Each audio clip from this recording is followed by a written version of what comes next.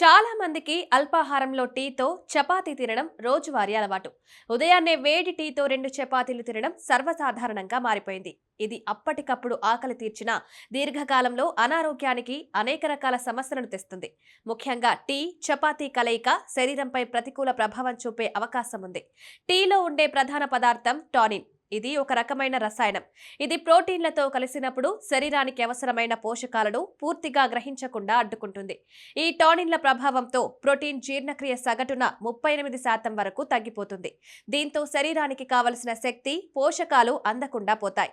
ముఖ్యంగా పిల్లలు, గర్భిణీ మహిళలు, పోషకాహార లోపంతో బాధపడుతున్న వారికి ఇది తీవ్రమైన ప్రభావాన్ని కలిగిస్తుంది. టీతో చపాతీ తినడం వల్ల గ్యాస్, అసిడిటీ, అజీర్ణం వంటి జీర్ణ సంబంధ సమస్యలు ఎక్కువగా ఎదురవుతాయి. శరీరంలో ఇనుము గ్రహించడానికి కూడా టానిన్ అడ్డుకుంటుంది. దీనివల్ల రక్తహీనత ఏర్పడే అవకాశం పెరుగుతుంది. ముఖ్యంగా ఉదయం శరీరం డీహైడ్రేటెడ్ స్థితిలో ఉండే సమయం. ఆ సమయంలో టీ తీసుకోవడం వల్ల మలబద్ధకం, నీటి లోపం వంటి సమస్యలు కూడా ఎక్కువవుతాయి. కాబట్టి అల్పాహారానికి టీతో పాటు చపాతీ కాకుండా పోషక పదార్థాలైన తాజా పళ్ళు, పాల ద్రవ్యాలు, ప్రోటీన్ రిచ్ ఆహారం తీసుకోవడం మంచిది. టీ తాగాలనుకున్నా అది భోజనానికి కనీసం అరగంట గ్యాప్ లో తీసుకోవడం మంచిది.